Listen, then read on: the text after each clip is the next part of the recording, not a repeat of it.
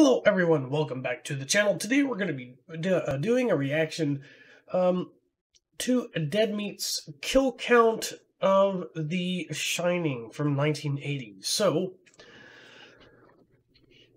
you know the drill. Let's get ready for this. In 3, 2, 1. Hope y'all got your snacks. Welcome to the Kill Count, where we tally up the victims in all our favorite horror movies. I'm James A. Janice, and today we're looking at The Shining, released in 1980. I don't know how else to begin this episode. Oh, I love this shirt. I'm a little intimidated to be doing it. The Shining is easily one of the biggest horror movies of all time. Although it had a mixed response when it first came out, even earning a couple of Razzie nominations for Worst Actress and Worst Director, The Shining was quickly reevaluated by critics and is frequently found at or near the top of lists of the greatest horror movies of all time. Shit, it's even preserved by the Library of Congress. Based on Stephen King's third novel, which was published in 1977, The Shining's big screen adaptation was co-written, produced, and directed by one of the most influential filmmakers Stanley who ever Kubrick. lived, Stanley Kubrick. Or Kubrick, I've heard it both ways. Kubrick's filmography is basically a parade of classics, with recognizable masterpieces nearly as acclaimed as they are diverse in genre. To say he was a great craftsman is to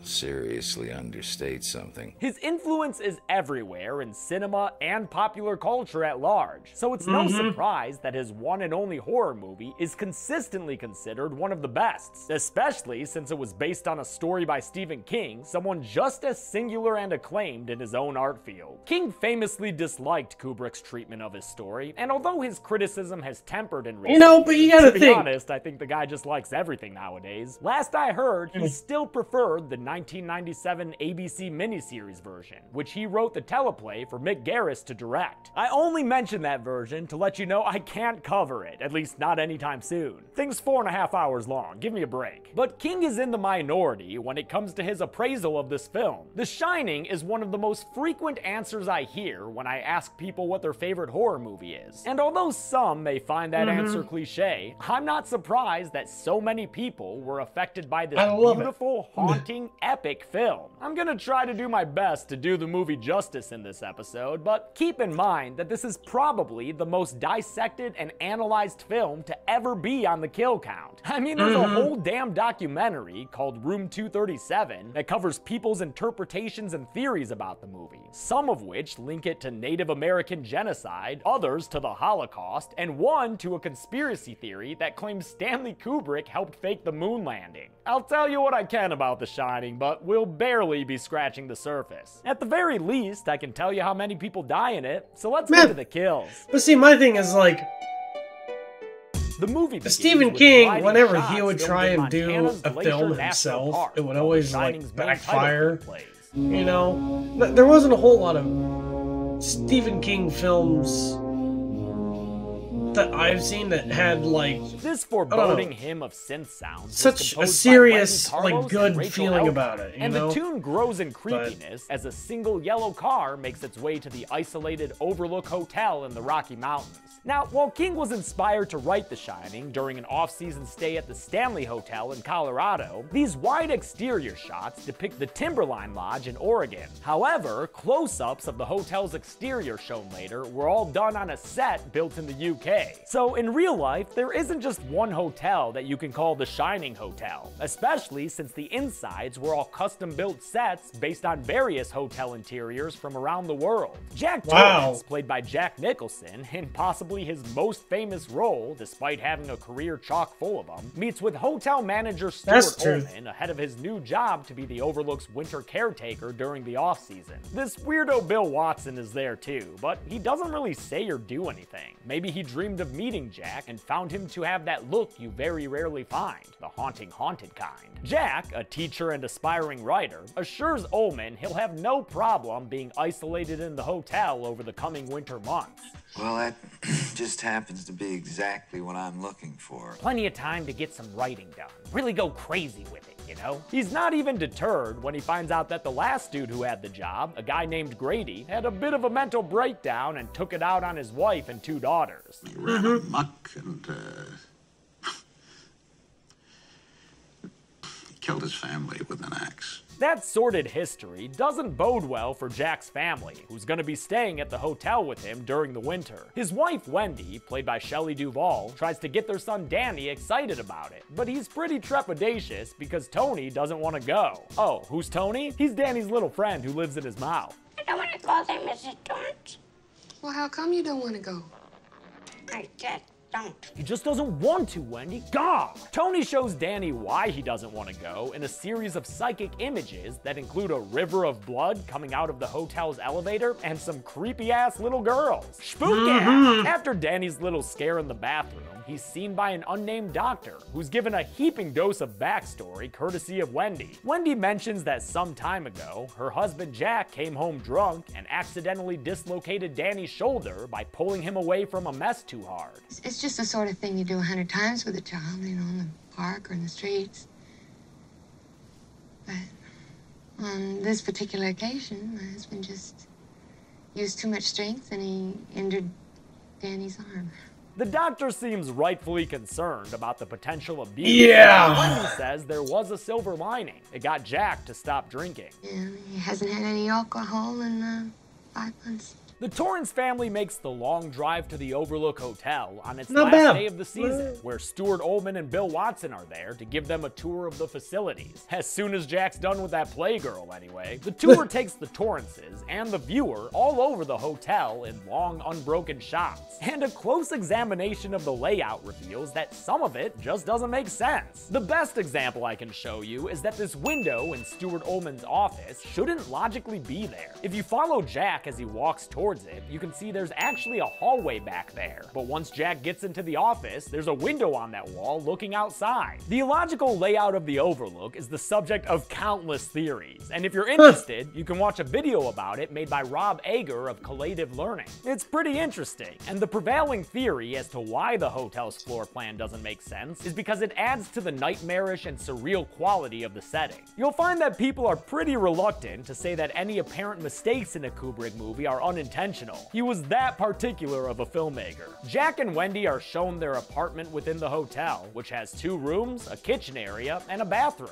Well, it's very, homey. They're also shown the giant hedge maze outside, as well as the snowcat they'll have to use when the white stuff covers the grounds. Inside the Overlook's game room, Danny plays darts for a bit before meeting some potential new friends. Oh, that's so nice for you, Danny. Now you'll have other kids to play with. Oh, nope, never mind. They're walking away. Damn, that's gonna kill this kid's self-esteem. The tour continues in the ballroom, where Ullman mentions that the bar is emptied of all alcohol for the off-season. Jack says that's just fine, though. We don't drink. The Torrances are introduced to the hotel's head chef, Dick Halloran, played by Scatman Crothers, and he takes Wendy and Danny on a tour of their enormous kitchen. After showing them the walk-in freezer full of meat and the pantry full of dry goods, Halloran offers Danny a psychic icy treat. How'd you like some ice cream, Doc? Hell yeah, Doc wants some ice cream, that's what's up. Over a couple of bowls of ice cream treats, Halloran tells Danny how he was able to talk to him brain to brain, something he and his grandma used to do all the time. She called it shining. Dick says that the story's titular psychic power is shared by all sorts of people, even though some don't acknowledge or recognize it. Danny says his mate Tony told him that the Overlook is super scary, and Dick admits that it does have some bad juju thanks to its past, which has left a sort of lingering presence here. You know, Doc, when something happens, it can leave a trace of itself behind. Say, like, if someone burns toast. Now, you may have heard of Stanley Kubrick's tendency to get a ridiculous number of takes from his actors. I always said, you know, when you work for Stanley, it removes the main problem for the actor, which is pressure. You know, he's not going to stop until it's exactly the way he wants it, right, wrong, or indifferent. It is going to be right. We're talking dozens and dozens of takes, even if they did everything perfectly within the first few tries. He's gonna do 60, 70 tries to see what happens, even if take 5 is a terrific one. The reason I bring this up now is because this ice cream scene had one shot, I'm not sure which one, that Kubrick did either 88 or 148 takes of. Accounts differ on the number. Scatman Crothers, who was more of a musician than a trained actor, couldn't handle it, although apparently 6-year-old Danny Lloyd was just fine. Scatman said, "Stanley, I can't do it anymore. Danny was there. So as a result, we didn't feel like we were torturing him, and therefore we could do it and not feel like we were abusing a minor. Before their conversation ends, Danny asks Halloran what's in room 237, something Tony told them about. After a quick little fright chart, Halloran tells Danny there ain't nothing in that room, but stay the fuck away from it anyway. A month later, the Overlook Hotel is a lonely place indeed, but at least Danny's making good use of all the empty space, riding his big I would wheel do that. around in I would iconic so do that close-to-the-ground on a big wheel. Steadicam shots. Believe you The me. Shining was only the 7th movie to use the new Steadicam stabilizing tool, which allows a camera operator to get smooth shots without the usual shakiness of a handheld camera. For The Shining, the Steadicam was operated by Garrett Brown, the dude who invented it, and his long fluid tracking shots are part of this film's memorable iconography. This scene also has some awesome sound design as Danny rides over rugs and hardwood floor. That is cool.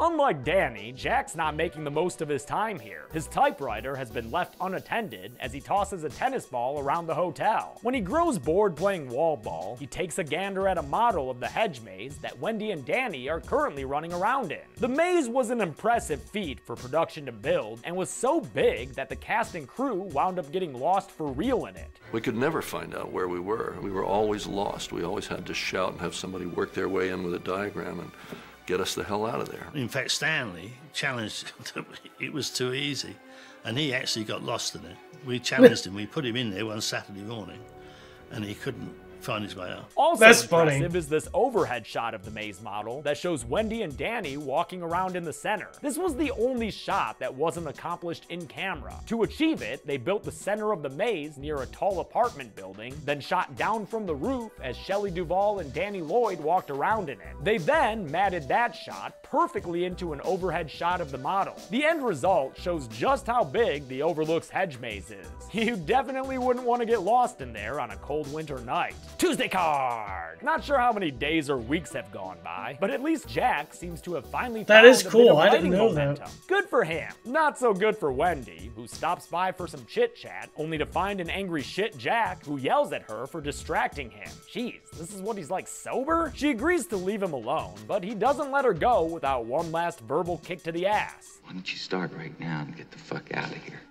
Okay, that's alright, Wendy. You should probably go hang out with Danny anyway, because he's getting so lonely riding his trike around that he's considering hitting up room 237 and making a play date with That's the a Grady no-go. Ghost Gals. 2 days later, a big ol' snowstorm has finally brought winter's wrath to the Overlook. And something tells me Jack is not excited to go shovel the sidewalks out there. But damn can that dude wear a hate turtleneck. fucking As the days go shoveling by, the sidewalks. storm That's gets so bullshit. bad that the hotel's phone lines go down, leaving a radio as the only connection to the outside world. But that's kind of fun, because when you use it, you get to say over a bunch of times. Over, Boy, this storm is really something, isn't it? Over. over and out. Danny's triking through the hallway finally gets him in trouble when he rounds a corner to find the ghosts of Grady's slaughtered daughters waiting for him at the end of it.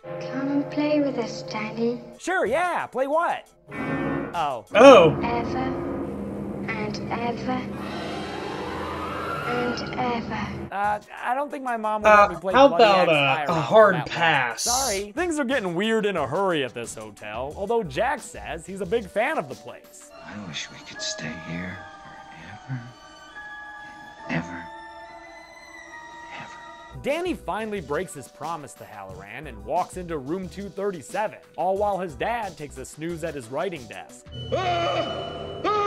Aw, is he dreaming about being a dog? How cute! that I killed you and Danny. Oh, no, it was That's about murdering even his family. Danny more returns to his messed up. parents sporting a new bruise on his neck, and Wendy immediately accuses Jack of being responsible for it. Why would she jump to a conclusion like that? I dreamed that I killed you and Danny. Oh, yeah, that. My husband just used too much strength and he injured Danny's arm. And also the shoulder. Huh. Never mind. She runs away from Jack, and since he feels wrongly accused, he takes his frustrations out by doing some freestyle dancing in the hallway. Hey man, why don't you pull up a chair to this empty bar and take a load off those crazy feet? My goddamn soul. Just a glass It's a beer. Sell your soul for a beer, you say? Well, I've got good news for you, Jack. This here is Lloyd, and souls are legal tender for his tabs. Jack gets a bourbon on the rocks and tosses away his 5-month chip in one gulp. It gets him feeling real loosey-goosey, to the point where he's calling Wendy a sperm bank and a bitch, and complaining about how she won't forgive him for hurting Danny that one time. That's when Wendy finds him, sitting at the bar all alone, and she tells him that Danny's neck bruise came from a woman in a room upstairs. Which room was it? Dog, you know what fucking room it was. Although, fun fact, in the book, the room number was 217, the same room King stayed in at the Stanley Hotel when he was inspired to write The Shining. The Timberline Lodge, the Oregon hotel used for the wide exterior shots, requested the room number be changed, since they actually had a room 217, but not a 237. Inside room 237, Jack finds a woman sitting in the tub, and she naked. I am Jack's slowly blooming excitement. But don't get too cocky, Mr. Torrance, because things aren't always as they appear to be. For instance, this young necky woman is actually an old necky woman, which wouldn't necessarily be so bad if not for all that rotting skin back there. Oh, and that laugh.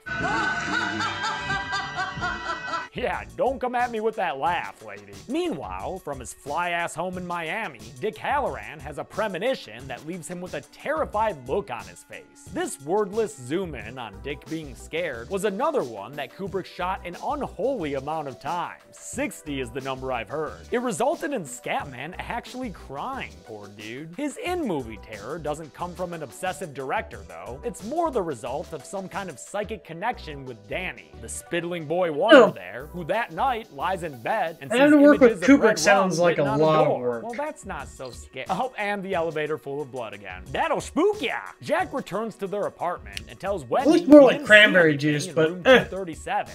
to each Jack, their own. Don't be ashamed of your interest in gilfs. Wendy says it might be a good idea for them to leave the hotel and head back home. But boy, oh boy, does Jack not like the sound of that, and he berates her for even suggesting it. I have let you fuck up my life so far, but I am not gonna let you fuck this up. He leaves in a huff and feels sorry for himself in the kitchen before rounding the corner to find that the hotel's throwing a full-on pity party for him. It's a swanky soiree in the ballroom where Lloyd the bartender says the drinks are on the house. Your money's no good here. Well, some of them are on the house, and some of them are on Jack. Oh no. Better ask Jeeves there how to get liqueur out of corduroy. The waiter takes Jack into the bathroom to clean him up nice and proper, and it's there that Jack learns this dude is Delbert Grady, the former caretaker of the Overlook. What was that guy's deal again? You, chopped your wife and daughter up into little bits. Oh, that's right, he was the axe guy. But Grady denies the charge and tells Jack that he's the hotel's caretaker. You've always been the caretaker. I should know, sir. I've always been here. Whoa, that's some heady shit there, Delbert. Grady tells Jack that Danny is trying to bring Dick Halloran to the Overlook, although he definitely does not refer to Dick by his name. And he says that Jack had better make sure Danny stops misbehaving. He can't go running through the hotel with a pickle in his mouth, you know? Grady's daughters tried to pull that shit once, and you know what Grady did about it? I corrected them, sir. And when my wife tried to prevent me from doing my duty, I corrected her. Corrected her. Oh, damn, Mr. Torrance is breaking out his red pen, because it's correcting time. First thing that needs correcting? The hotel's radio. I give you an F, radio, for fucked. Back in their apartment unit, Wendy is planning her and Danny's escape when she hears her son screaming from his room in a bizarre voice. Red Rob! Red Rob!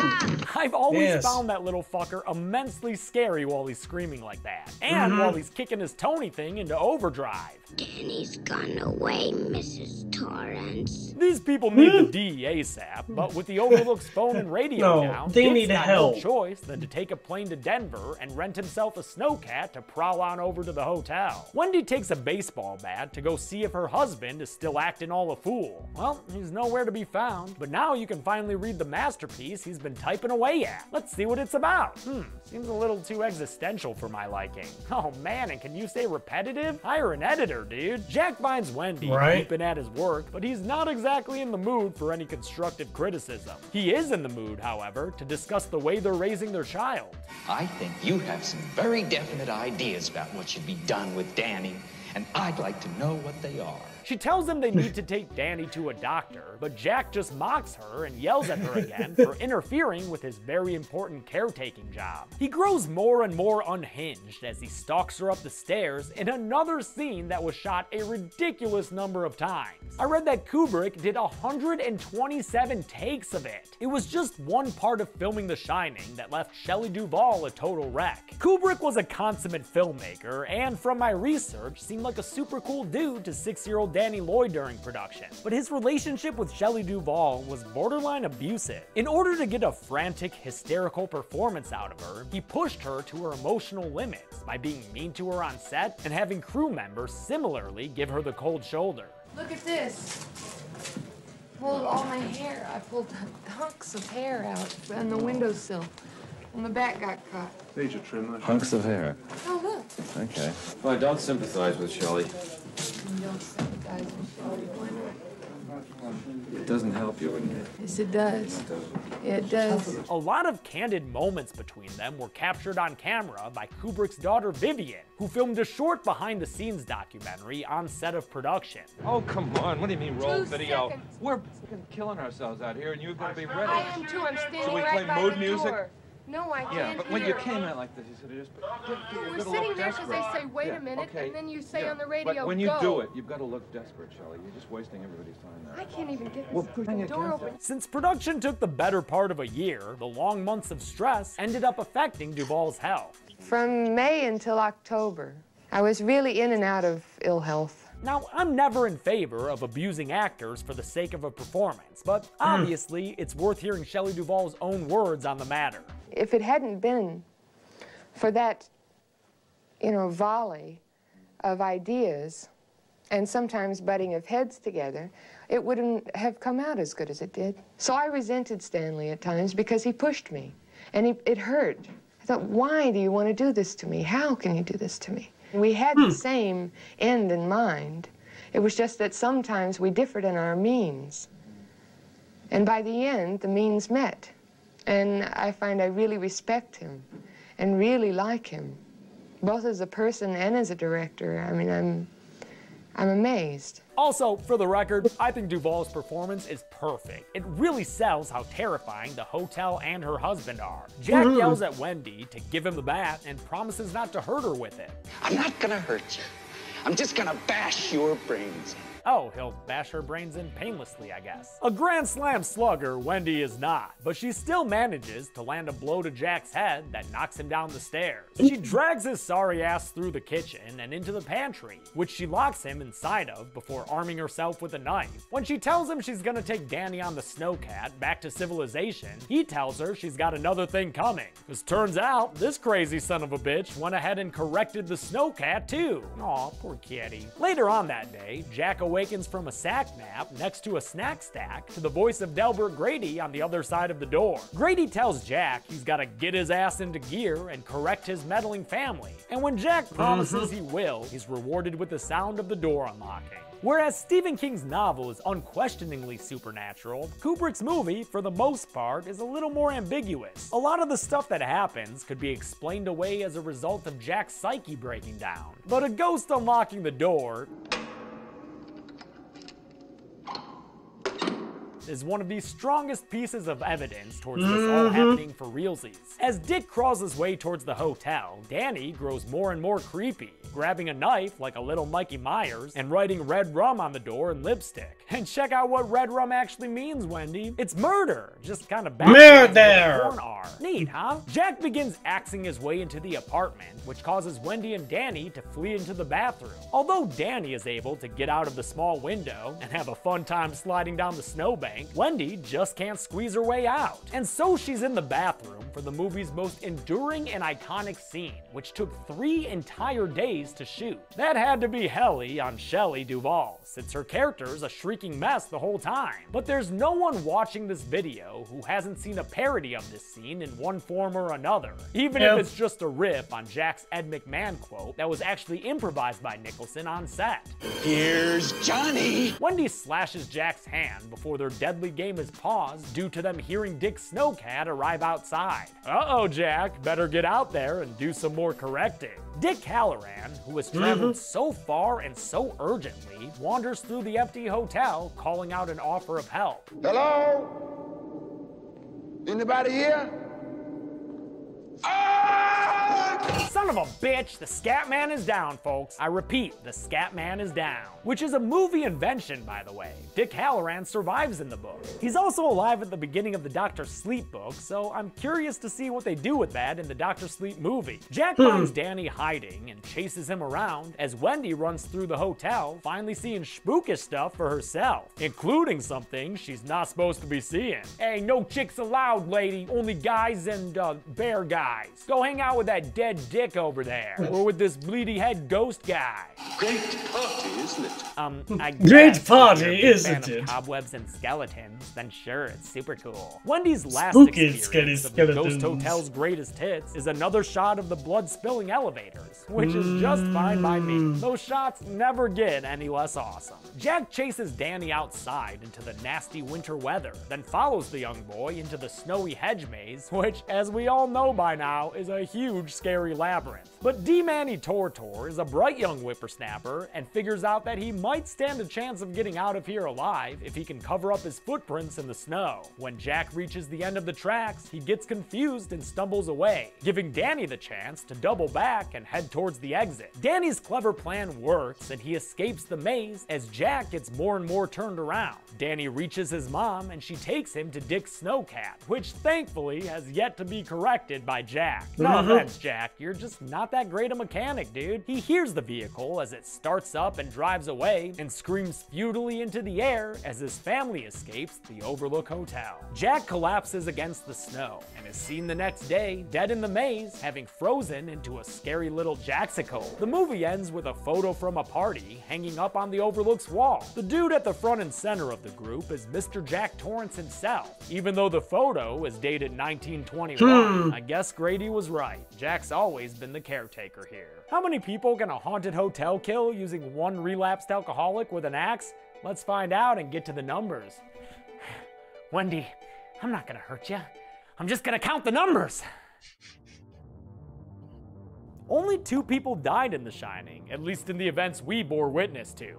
Those 2 victims were both male, meaning Dick cooked us up a blueberry pie. And with a runtime of 144 minutes, that left us with a kill on average every 72 minutes. I'll give the golden chainsaw for coolest kill to Dick Halloran, because it's got that great jump scare, and it's a dude getting killed with an axe. No dull machete for this one though, because even though Jack's death face is a little bit silly, it's still a nice finish to the movie. And that's it. The Shining came out in 1980, and its sequel, Dr. Sleep, hits theaters in just a few weeks on November 8th. It's based on the 2013 novel by Stephen King and directed by Mike Flanagan, the dude who brought us Hush and The Haunting of Hill House. I could not be more excited for it. Until next time, I'm James A. Janice. This has been The Kill Count. Thanks a lot for watching this extra Kill Count. I want to thank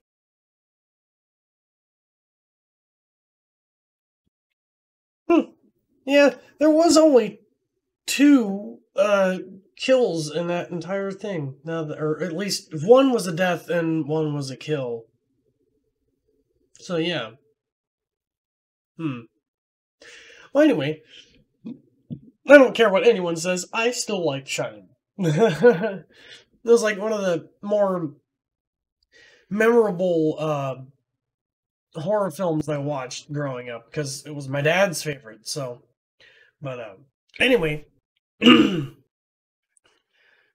you guys like this kind of content, go ahead and like, subscribe, and don't forget to keep it retro, y'all, and I will see you in the next video. Bye-bye! Hello, and welcome back to the channel. Today, we're going to be doing a reaction. Oh, wow, I can't hear myself. Today we're going to be doing a reaction to, perfect. Okay, cool. I just wanted to make sure that my mic was, like, not flubbing up as usual. Scoot that. I'm sorry about that. I'm terrible at this. Crap. I really haven't done this in a while. Oh my gosh, my camera's terrible. I'm sorry, guys. Okay, I think we're better. Jordan's gonna, like, flay me for this.